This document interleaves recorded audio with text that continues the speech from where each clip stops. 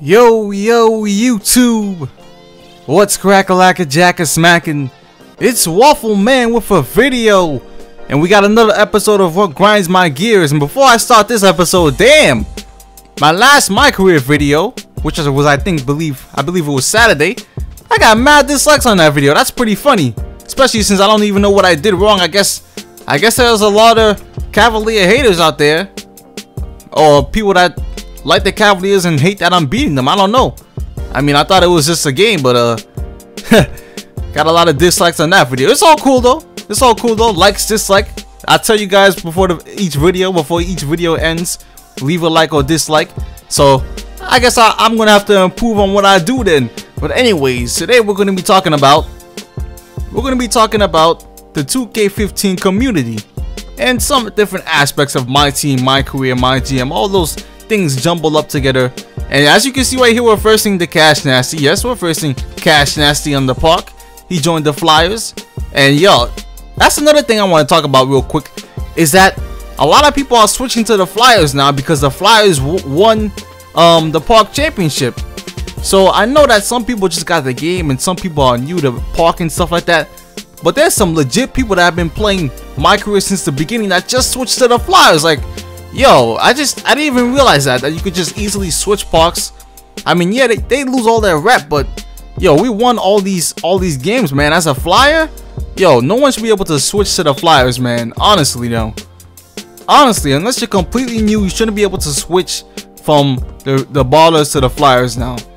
Because now it doesn't make any sense for there to even be a park championship now. Imagine if everybody switched to the Flyers. I mean, they need to put a limit on this too. But anyways, let's get on to the video. I want to talk about the 2K15 community and the savages in the community. Now, I don't know, man. What do you guys think about this 2K15 community? How does it compare to the Call of Duty community? Maybe the Madden community, the FIFA community?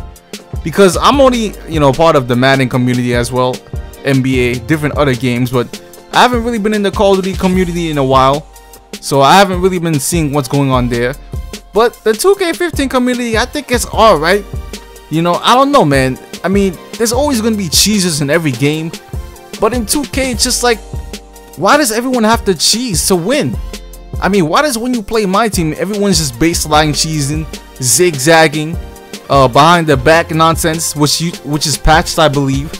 But they do the same thing in my park too. They do behind the back, zigzag cheese, a lot of 3-point cheesing. Now I take a lot of 3-pointers in my team too, but I take a lot of open 3-pointers. There's a difference. So yeah, a lot of just nonsense cheesing in 2K. No one really has. There's not a lot of people in this game that really has pride. No one likes losing. I know that no one likes losing. So when you're losing, obviously, you're going to be more susceptible, if that's the right word to use, to cheesing. But still, I mean, remember when the technical foul cheese was in the game? Like, why do people do that stuff? Like, what is the point of staying the whole match waiting for the opponent to quit? I mean, you people, y'all got some nerves to do that, man. I mean, I would never do that. That's a waste of time. Just take the L. If anything, just disconnect, or even that's kind of useless because you still get the loss anyways, but at least you don't give the full opponent your satisfaction, I guess. But like all this stuff before, which is not, I believe everything is patched. The technical foul stuff is patched. This is stuff that just makes people in this game, and especially since a lot of people were doing it, it makes the community really look bad, man. And that's another thing. We gotta blame 2K on some of this stuff too, because the community has actually given a lot of feedback, which is a good thing. But 2K sometimes fails to respond to the feedback.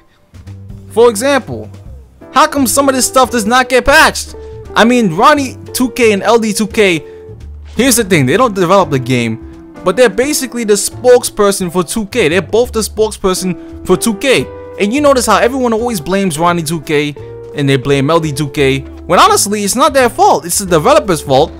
I mean, no one's ever blaming who's that girl on NBA 2K TV, Rachel?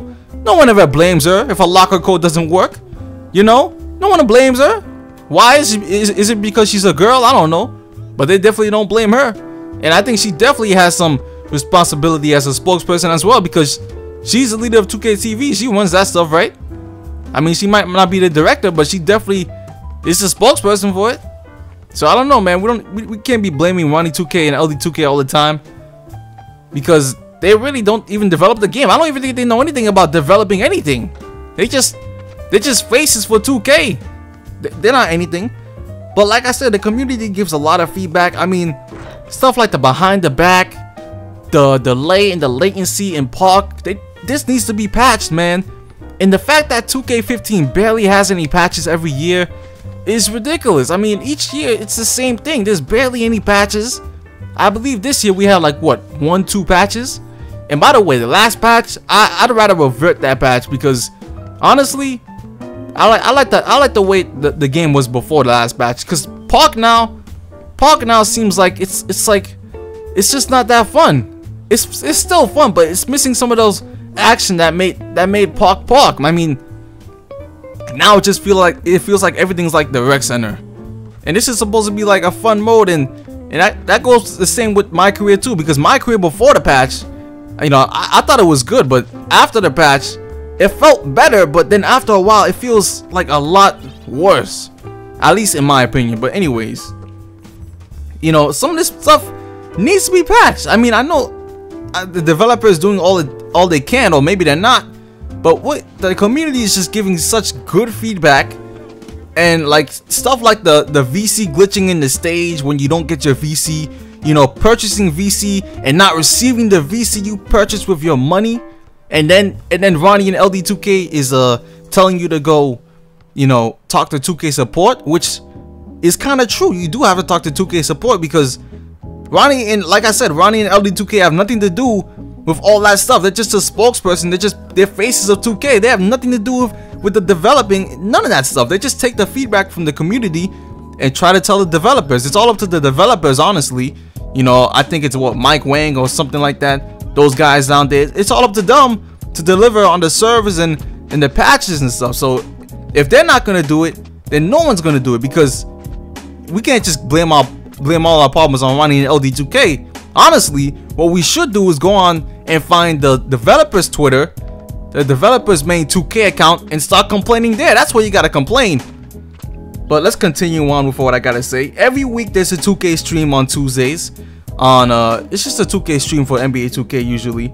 And LD and Ronnie, you know, the chat is really savage on these streams, man. The chat is ridiculous, because all you guys do is just complain in the chat, and then when they give out locker codes, you guys still complain. I mean, you guys gotta chill with that stuff. And that's another thing. I think they should stop locker codes, honestly, because locker codes, it's not a good way to give out players like these, man.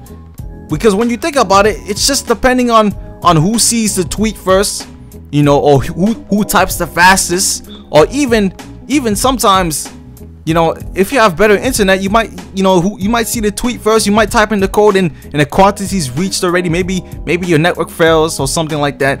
So it's not a good way. A better way would be to ask the question, and then within a time period, everybody has a chance to answer the question, and then they randomly select people to win that question.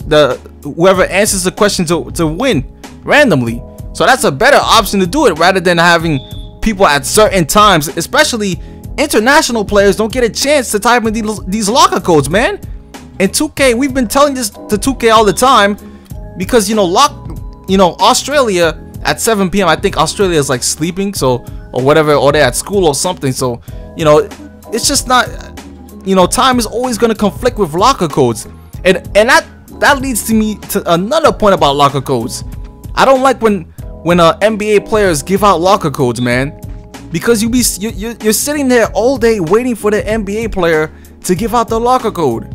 Now you could turn the notifications on and stuff, but still, you still gotta, you know, open up the 2K app and stuff like that, or hop on 2K. And the players, sometimes the players take, like Carmelo Anthony took all day to release that code. Like, some people didn't even think he was gonna release it, and he finally released it at like what, 7 o'clock, 8 o'clock. That's just too late, man. That's just too late for a locker code. But anyways, like I said, they should just stop the locker codes. Find a better way to give out these codes, give out these players. And then these locker codes, these are some rare players, man. These are some beast ass players. Carmelo Anthony, Pink Diamond, Pink Shaq, those are some crazy players, man. I mean, honestly, I don't even think they should even release players like these from locker codes. You don't see Madden doing it. They really need to look at Madden Ultimate Team, because Madden Ultimate Team doesn't do it. And even if they do it, they don't do it like 2K, because I think 2K offers a little bit more players than Madden. But anyways, the community should stop abusing exploits. And actually, no, that, you know, my team, a lot of players have been, you know, working together. A lot of people in the community have been working together to get more MyTeam points. And I think this is a good idea, because my team, it's such a struggle to get MyTeam points, man. I mean, I played a 4-seed game, I won the game, and I only got 634 VC. What the hell am I going? How do I get 634 VC from a MyTeam game in the 4th seed after winning in the 4th seed? What kind of like, yo? But yeah, plain and simple, we need more VC. And finally, the community team up every year, which has like some YouTubers going down there. What do you guys think about that? Do you think it's effective? In my personal opinion, if you think about it, the 2K team up is held so late every year that it doesn't even matter if the people that go to 2K community even give feedback, because it's already too late. I mean, the 2K team up is held in like what, September? At what point do you say there's enough time for them to make the changes that those players want? And I'm tired of people bashing those players that go there and saying that they're kissing 2K's ass, when a lot of them are actually giving constructive criticism. There's a difference between attacking and, you know, saying outlandish things, excuse me for the gibberish, giving constructive criticism, which is what they're doing. You know, Two Brothers Gaming, Shake and Bake, Chris Move, Gento, they've all been, I don't even know, Gento didn't even go last year, but they've all given like good criticism of the game. Even iPod King Carter, like QJB as well. I don't even think QJB, I haven't really even seen QJB's NBA 2K15 videos that much, but yeah, all of them pretty much give good criticism. So anyways, YouTube, give me your thoughts on the 2K community, and I'm out. Peace.